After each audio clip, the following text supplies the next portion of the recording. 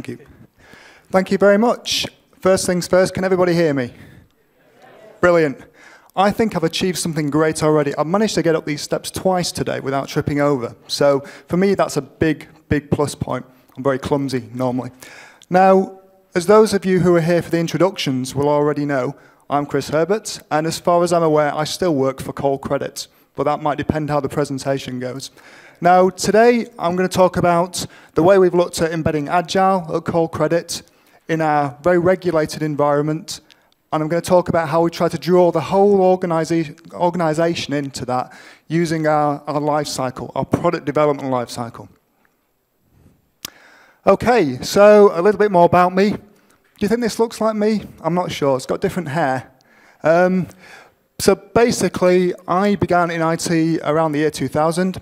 I began working on Millennium Bug projects, which if you ever want to see an example of how IT can really be transformative in a really negative way, that's a great case study for anyone.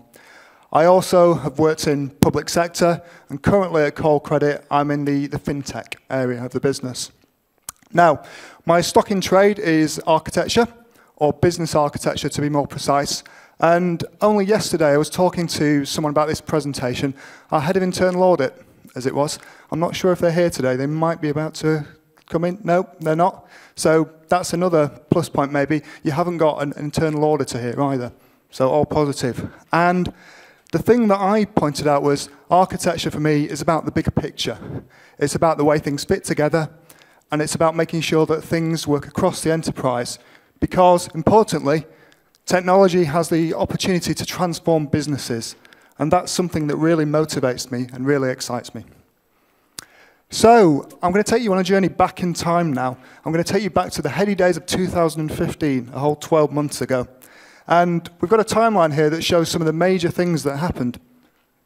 Eurovision Song Contest, so one of the promises I made you this morning in the introduction. So, Lithuania entered with This Time, and the UK entered with Still in Love with You. I have no idea what either of these songs sound like. I think the main thing to draw from that, though, is neither side won. Also, the New Horizons space probe completed its Jupiter flyby. A great moment in space exploration, a great moment for science. More disappointingly, Peter mentioned this morning, we don't have flying cars, but forget the flying cars, we don't have hoverboards either. Now, there are things they sell that are called hoverboards. They have wheels. They roll on wheels. If it rolls on wheels, it does not hover. It is not a hoverboard. So I'm disappointed. But I do notice, looking at some articles on the web, that Nike have just done those self-lacing shoes. So maybe we're going in the right direction. And most importantly of all, the team at Call Credit talked about transforming from project to product delivery. So, for those of you who don't know Call Credit, and there may be one or two of you, Call Credit is about enabling smarter decisions. How do we do that? Well, we do that with data. Lots and lots of highly regulated data. So, as a consequence, regulation frames everything that we do. We think about it a lot, and it really shapes the way that we work. So, the presentation last year, was anyone here for that, by the way? Oh, a poor showing of hands, never mind. So, what you missed was the presentation on transforming from project to product delivery. And you missed one of our heads of delivery, Chris.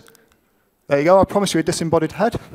There we are. That's Chris, one of our heads of delivery, and he said something that got me thinking, really.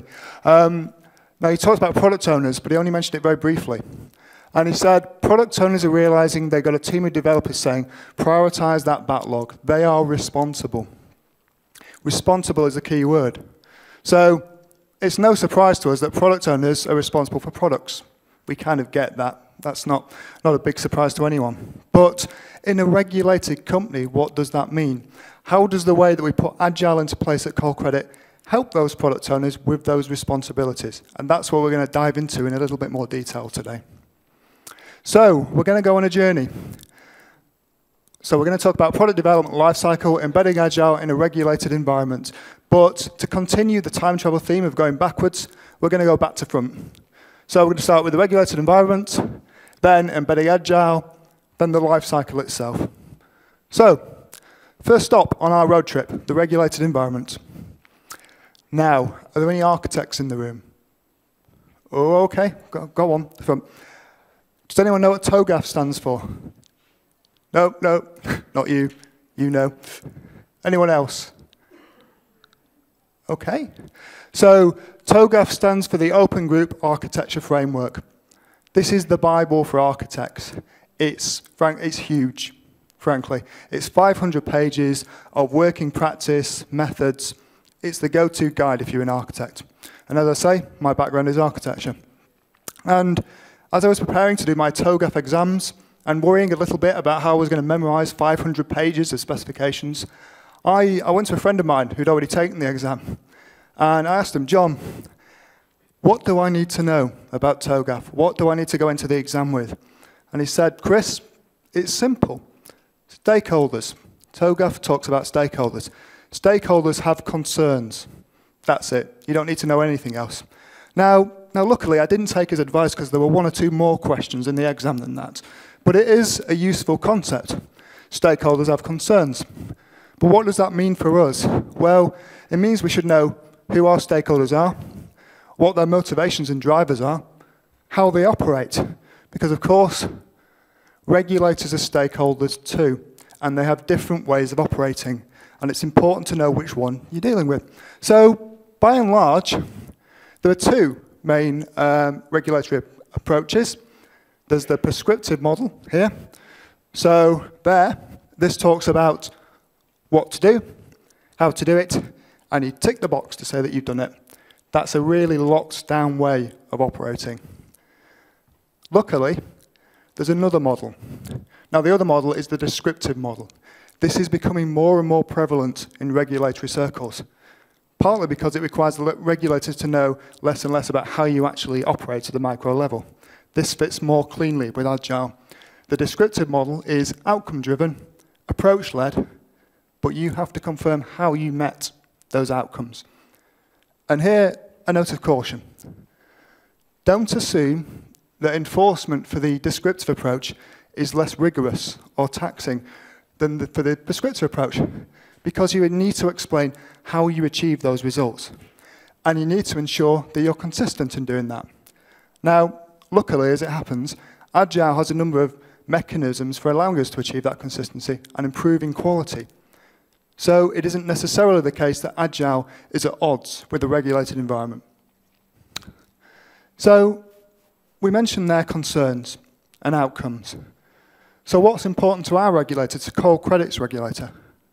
Well, one of our main regulators is the Financial Conduct Authority in the UK. So what's important to them? Well, what's important to them is the consumer. And what's important is that we treat consumers fairly.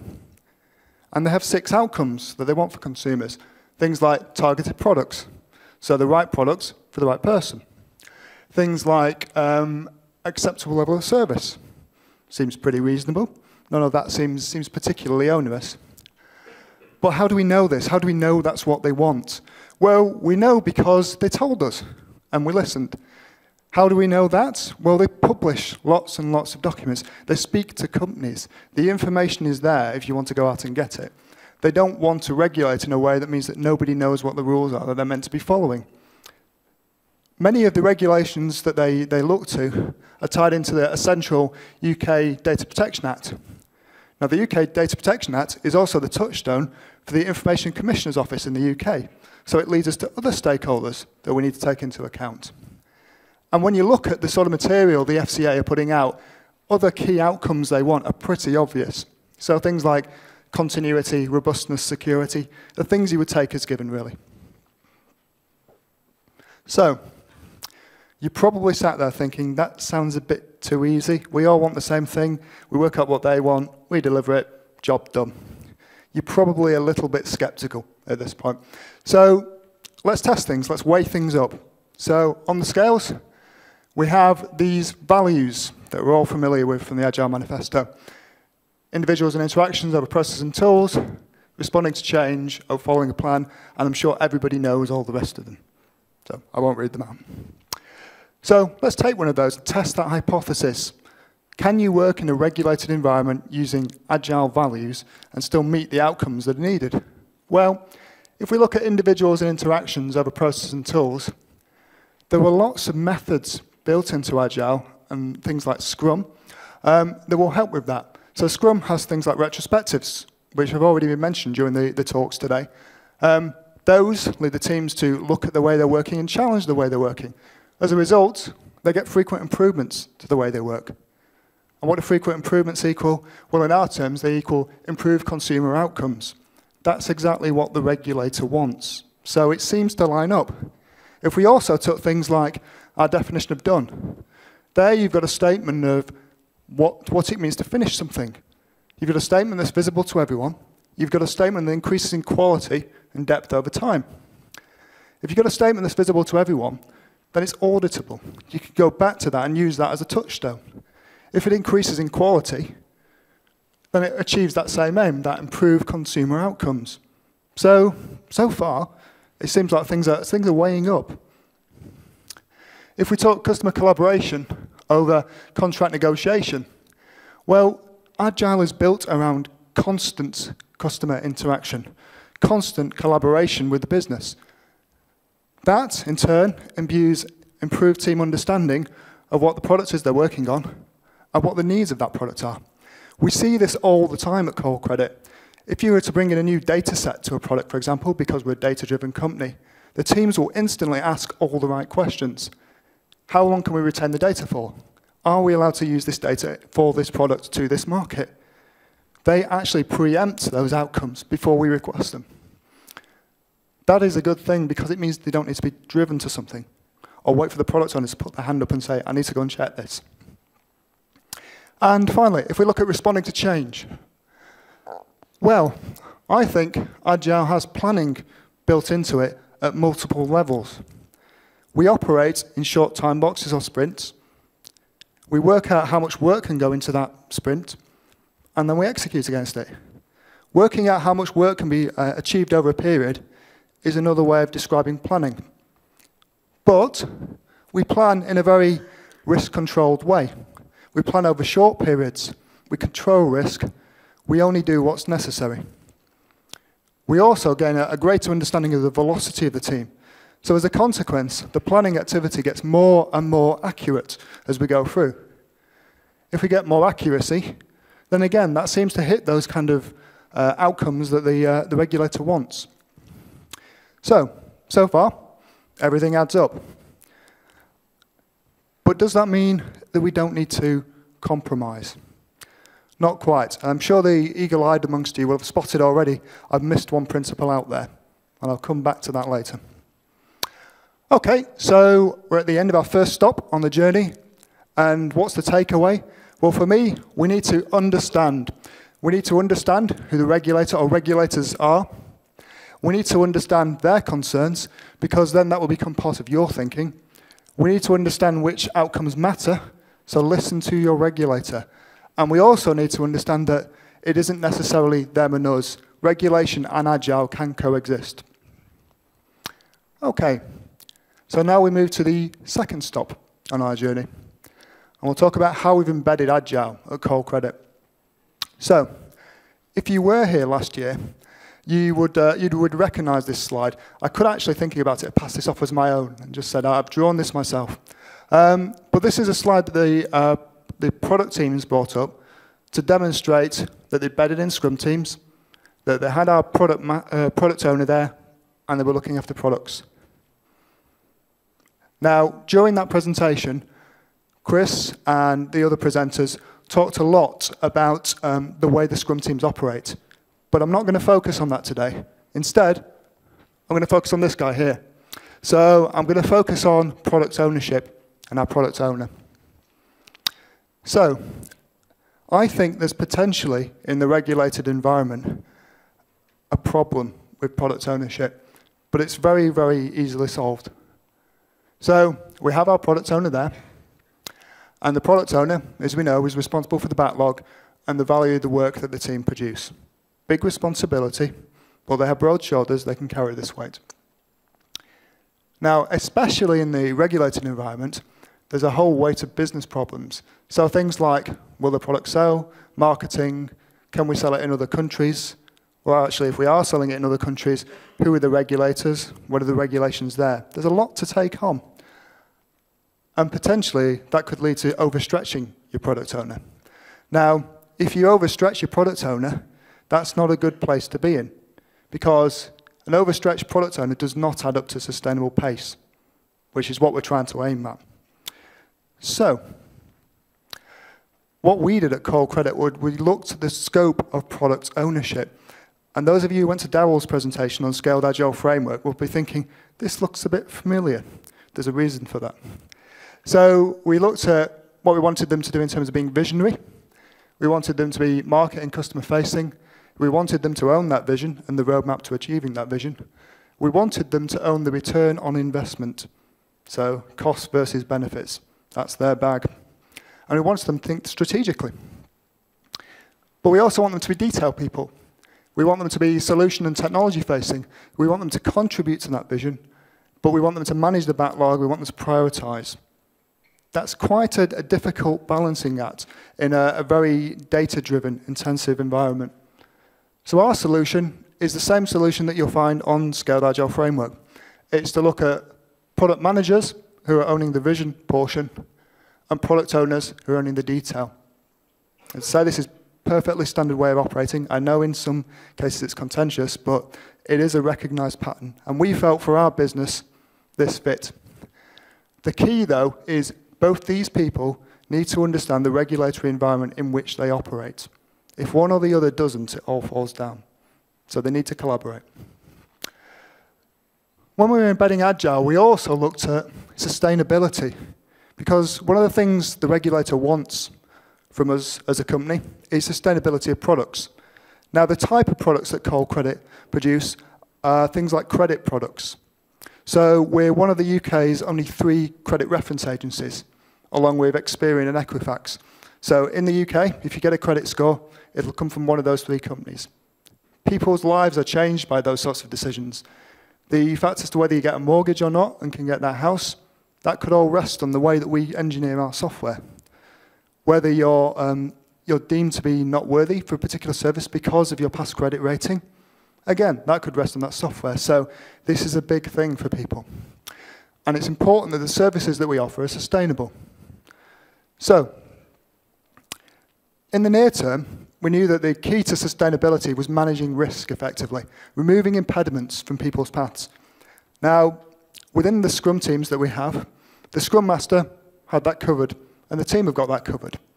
But we wanted the Scrum Master to focus on the Scrum, and we wanted the Scrum Master to focus on the sprints. We didn't want them to worry about what was going to happen in 6 to 12 months under European GDPR legislation, for example. So we took a similar approach to the approach that we'd taken with product ownership. We embedded a new role, a product development manager. So our product development managers look longer term, right to the right-hand side of the roadmap, and think about those challenges that are going to hit the team that the team don't know about yet. They work with the business product manager to look at that roadmap and to explore what that looks like. So the Scrum Master can continue to support the teams within the sprints, and the product delivery manager is clearing the path, and in theory, so effectively, nobody knows the pathway is even blocked. That's the theory. We're not quite there yet, but that's what we're aiming for. So this brings us to the end of our second stop on our tour. What have we learned? Well, we've learned that in our case, in Call Credit's case, we need to adapt. We need to adapt to an agile way of working. We need to adapt the concept of product ownership and management to find something that works in our highly regulated environment. And we need to adapt to a way of working to face challenges both now and in the future. Because in our kind of business, being short-term isn't really an option. So, we reach our third and final stop on our road trip. So we're going to talk about the way that we try to push that message across the business and the way that we've tried to loop the whole business in to our way of working. So I think regulation and risk are an organization-wide challenge. In the ideal world, we've got a Scrum team, we've got a product owner, and we've got a consumer, which is great. But I don't think that's enough to face that organization-wide challenge. What you need for an organization-wide challenge is an organization. So At Call Credits, we have an organization. So we have our frontline, our sales, marketing, operations, and data science teams are all feeding in those good ideas. We have a second line of defense in the shape of our legal, risk, and data governance teams who are making sure that nothing gets dropped. And we have our finance and PMO teams actually making sure that everything's on budget and we know where work's up to. Now, you could look at this diagram in one of two ways. You could look at it as, gosh, the product owner's got to get through all this field of people to get to the consumer. But that's not the way I read it. The way I read it is, that's the team. And if the whole team isn't on board, then we all fail. So, with that in mind, we had to look how we were going to take that whole team on that journey. And this is take 2 of this. So we tried previously, a few years back, to embed Agile properly in Call Credit. And it hadn't gone exactly to plan. The business had concerns. It was patchy. It was different in different teams. So we took a hard look at what we'd need to do to bring people on board. And we went back to the basics. We put product ownership in place. For some areas of the business, they didn't have product owners or people responsible for products, and products just floated around.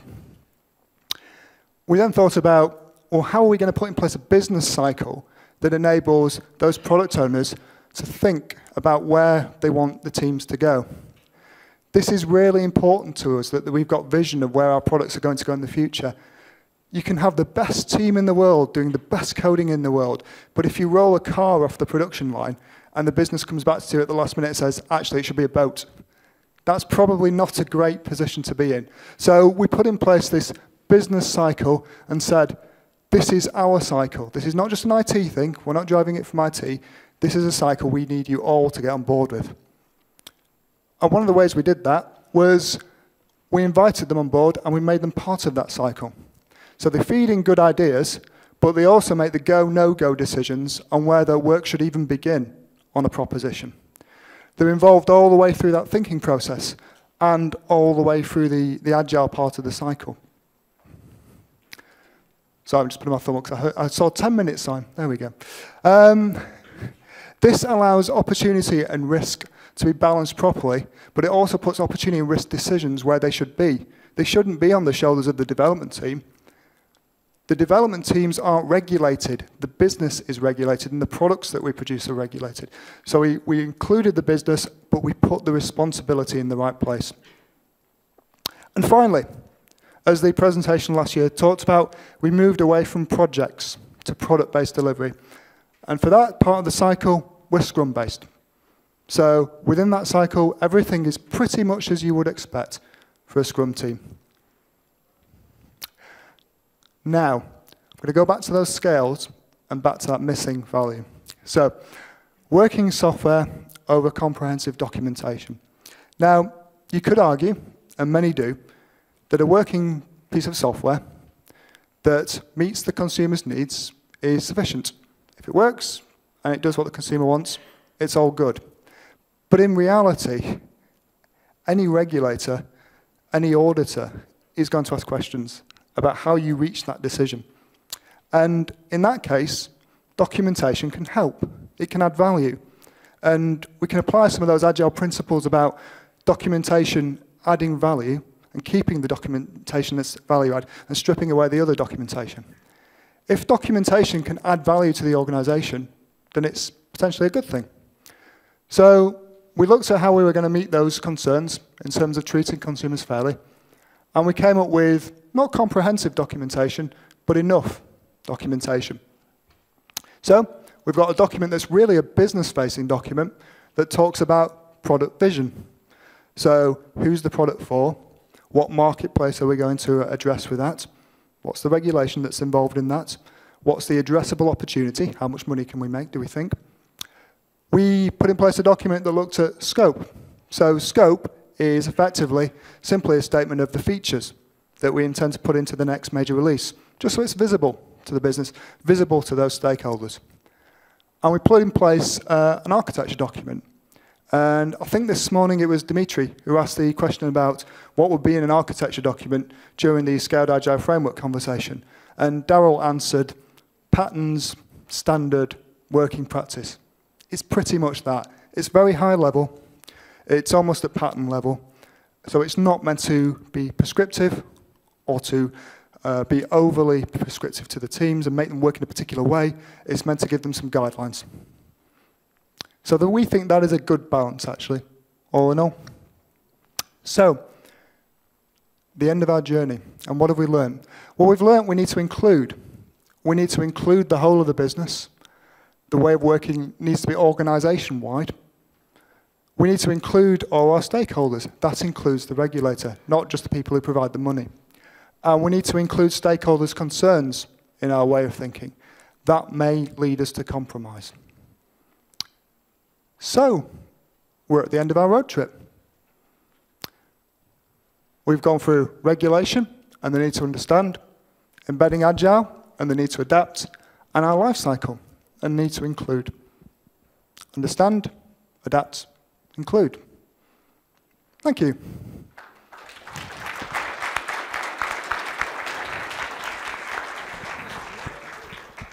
Okay, we have time left for questions.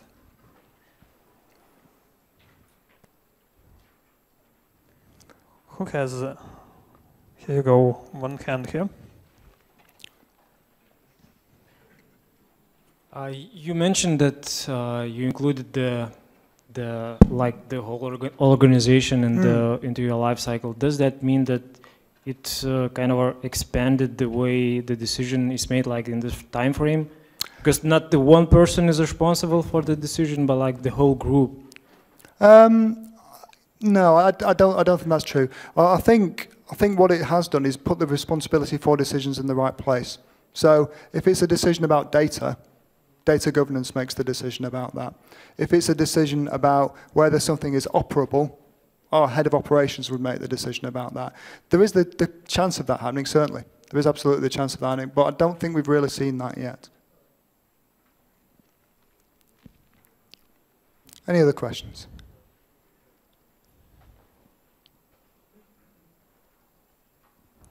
Come on, guys, don't be shy. Very quiet.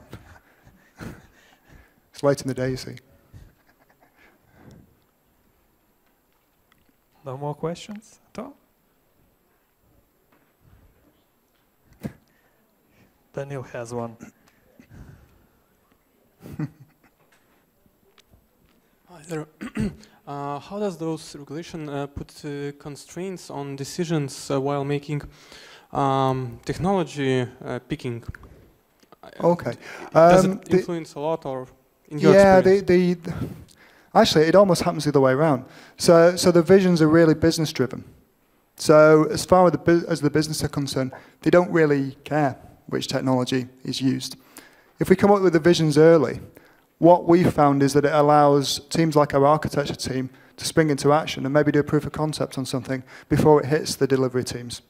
So we can just do a very short, sharp piece of work. So I would say it's actually an enabler, really, and it might push us towards newer technologies that we don't use at the moment. So I can appreciate it could work one of both ways, but because it's business driven and because it's business focused, we don't tend to find that it constrains the technology. Okay. Maybe the last question? Or I need to ask our guest one more question, no? Go. Okay, Chris, tell me, how come call credit working in such a highly regulated environment, and you decided to become Agile and use those Agile methods, methodologies, and so on and so on? Why don't you just use like the banks do? It's an interesting question, actually, and it's one of the challenges we have because many of our customers are banks. So you kind of get that intersector. We would like to work this way. Oh, we work this way. So the reason we do that is because we use data in many different fields. And when we go out to areas like the marketing field, there's a lot of competitors. So we need to be fast. So in order to be fast, doing it the waterfall way, that doesn't really cut it. So we feel it gives us more an edge on our competitors, really, in terms of delivery. And since we've adopted this way of working, our delivery rate's gone up as well. So it seems to be working so far. So you want to be faster than your competitors, huh? Always faster. Always faster. Super. So thanks again, Chris, for your time and for a great speech. And the last, I want to give you a small present from our Agile Lithuania Oh, thank you very much. organization. Thank you.